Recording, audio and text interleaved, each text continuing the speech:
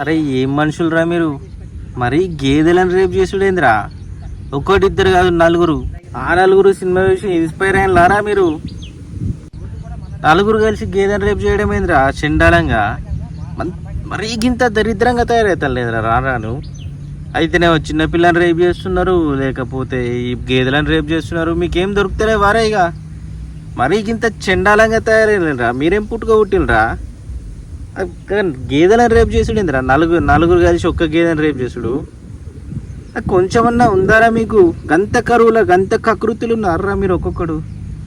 గేదెలను రేపు చేసుడేంద్రా మరి చండాలంగా? కాకపోతే మీకెట్లా వచ్చిందిరా ఆలోచన? దాని గోర్లతో గీకెళ్ళట అదేనా మనిషి అనుకుంటారా?